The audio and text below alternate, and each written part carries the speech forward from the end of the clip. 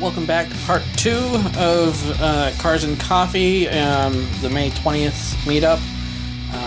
Here we have a Dodge panel van. I think it's a 1950. Really nice red. Looks like it was brought down or brought up from the guys at Middlesex Electric. And here I have to say I have no idea what that is. I know that friends had one like that in high school, but I couldn't tell you what it was. Here we have a couple of Challengers, both really nice looking black Challengers. Got a couple of BMWs. We got a Z4 and I believe it's an M3. Here we have a 70 Olds Cutlass convertible. I believe this has got the W30 package on it, which would be the ram air hood that you see there and the wing in the back. It's a really nicely done car. I like the little Hot Wheels sticker it's got on the back there. Very nice. Next to that is a Dodge Challenger. This is a 72 Dodge Challenger. This has got a 440 under the hood. It's one of the last of the good muscle cars before the emissions started really having their way with them. And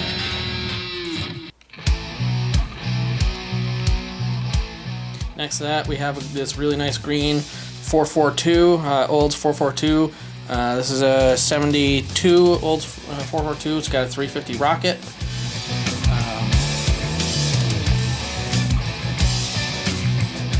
Love the 442s. I was always told that the 442 meant a 4-speed, 4-barrel, and 2 exhausts, but that looks like an automatic, so I might be wrong. You guys know what 442 means?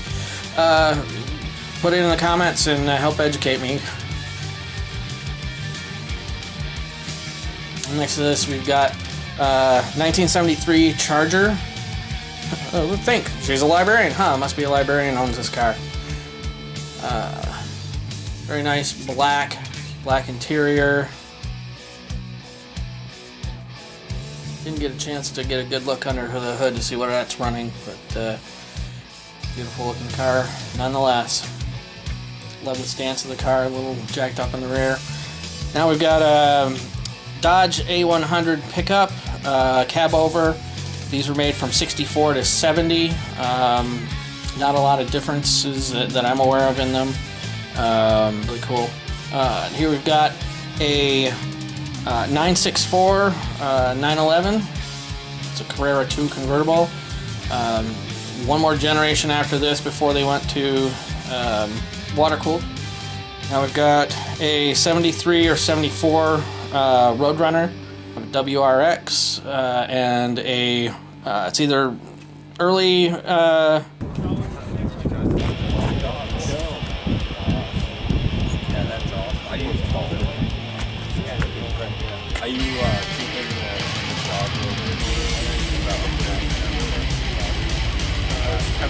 early 90s RX-7. It has rotary engines in it.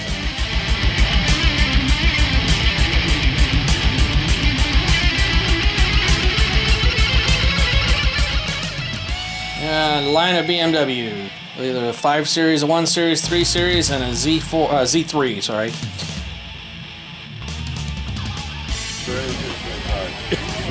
660 cc. How much horsepower does it have with that turbo on it? Throbbing 63 horsepower. Yeah, with something that weighs next to nothing. It's not bad. It keeps up with traffic. That's all I ask. How long have you had it? About half a year now. It just came in from Japan. It's just you have to wait 25 years. Yep.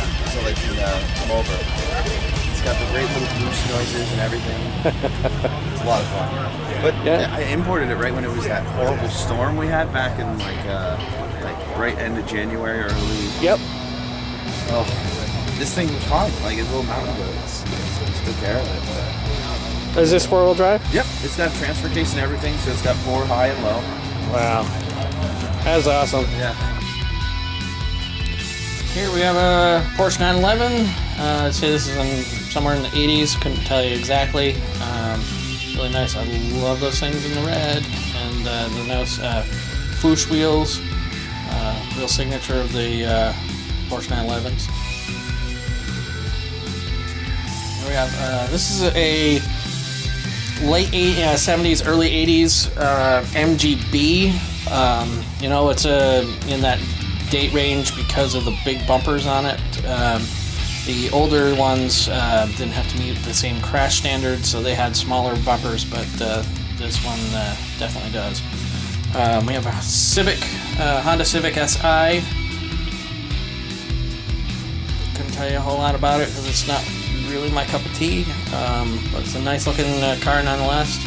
Real nice guy. He gave us some coffee and donuts, so shout out. And you said? Yeah, 89 Skyline GTST. It's got the RB20, which a lot of people swap those with the 240s also, but basically, you know, it's kind of like the little, sort of the GTR's little sister that you can kind of think about it. And the GTR is a 2.6 liter twin turbo. This is 2 liter, so it's a small inline six, but it's a really like rev happy engine. It's got a short stroke. Yep. So it can rev it like, you know, it's good at revving high base. Like some people on the internet are like, you know, you bang the rev limiter all day and it'll come back the next day, you know, asking for more. I'm like, yeah, I can get behind that. It's just the big thing for me was like I really liked how it sounded, you know, and I've always wanted an inline-six turbo. Shit, yeah. As much as I'd like it, you know, 2.5 or 3 liters. This was, you know, it's like I'll take it, you know. How long have you had it? Just 2 weeks at this point. All right. Yeah, no. Follow that new plate. Yeah. Now, are you from Virginia, or are you just that's where you got it? That's just where I got it. We actually were from around here, basically the Montpelier area. Yeah. But we were like, you know, they'll deliver it to you, or they, you know, you can fly down and they'll, you know, pick you up at the airport. Oh, why not pick it up and drive it back? I asked my brother, like, yo, you guys want to go on a road trip? And they were like, yeah, okay, we're down for it. So 12 hours down, slept 4 hours in some cheap motel. Yep. Got there and drove 12 hours back. And for the 2 weeks, it's been dead unreliable. Well, other than your moonroof. No, funny you mentioned that. The map actually, I don't know what it was at first. It was kind of scary. It started kind of like the fuel kind of cut out a bit. You know, as you're driving, you just kind of notice it lags. All of a sudden, it's like just there's nothing there. Like you ran out of gas, and then as I brought it home, it starts. You know, it stalled out, and then I turned it back on, and it's revving on its own from like 1,000 to 2,500. Yeah. So I'm thinking, what's going on with this thing? And then over time, it started like I was driving it around, and it started like limiting itself to 2,500. It started sort of, you know, just stalling out, like just acting up a lot when I was driving it. To the point where I didn't want to drive it anywhere.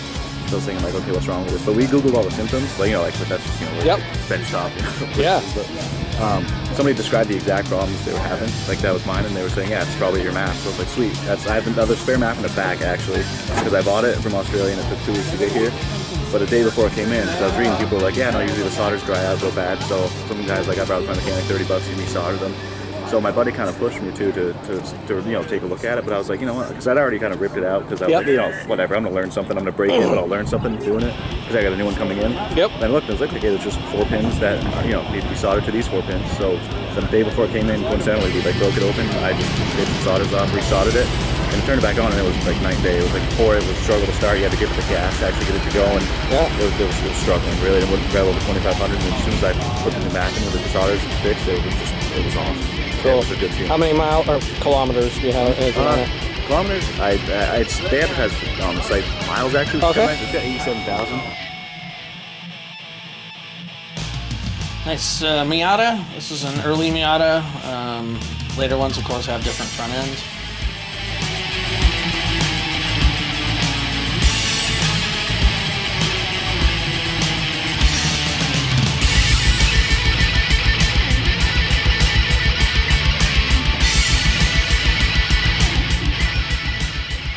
We got a Ford Falcon. It's a 66 Sprint B model. This makes it a little bit different than the regular ones. Got the side molding's a bit different, rear end's slightly different.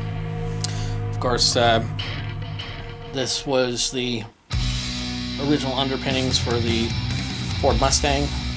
Most of the parts, you can see there's Mustang on the Mustang steering wheel there. Most of the parts swap over, so you could get a real good handling, you know, car. This is a C5 Corvette Z06. Z06 was a package started in 2001. It only came, as far as I'm aware, in this hardtop body style. When this first came out, this body style, you could get a base Corvette C5 in hardtop, but once it was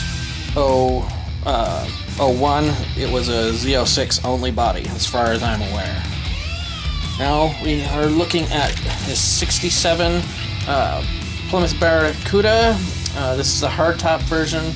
This also came in convertible and coupe setups. I had a cousin that had the coupe, so I'm a little bit more fond of the coupe style, but any Barracuda is a good car.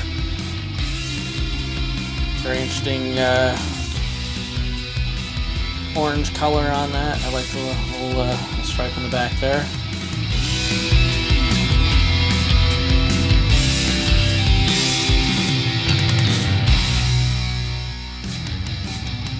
Got a couple of Miatas here. This is a little bit, I think they'd call it the second gen. This has got that slightly different front end than the blue one that we saw previously. Another blue, almost the same color as the other one, right there. Same body style. And then we got second gen Ford F-150 Lightning. They did make this in the previous body style, but they stopped it for, I think it's 3 years, and then they brought it back with this body style.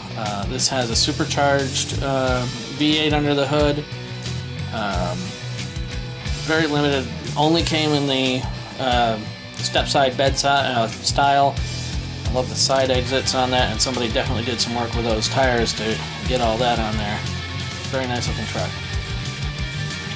Here we have a 67 Buick Special. Special was the bottom of the line. It went Special, Special Deluxe, and then the top of the line was just Skylarks.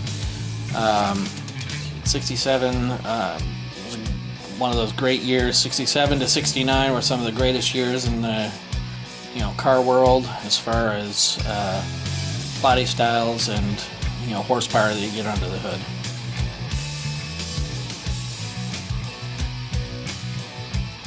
The last few cars that I've got videos are this Honda Civic. Very nice looking Honda Civic. Got another WRX, this is an STI. And then finally an Acura Integra. Thank you again for watching. Please like and share, and we'll see you next time around.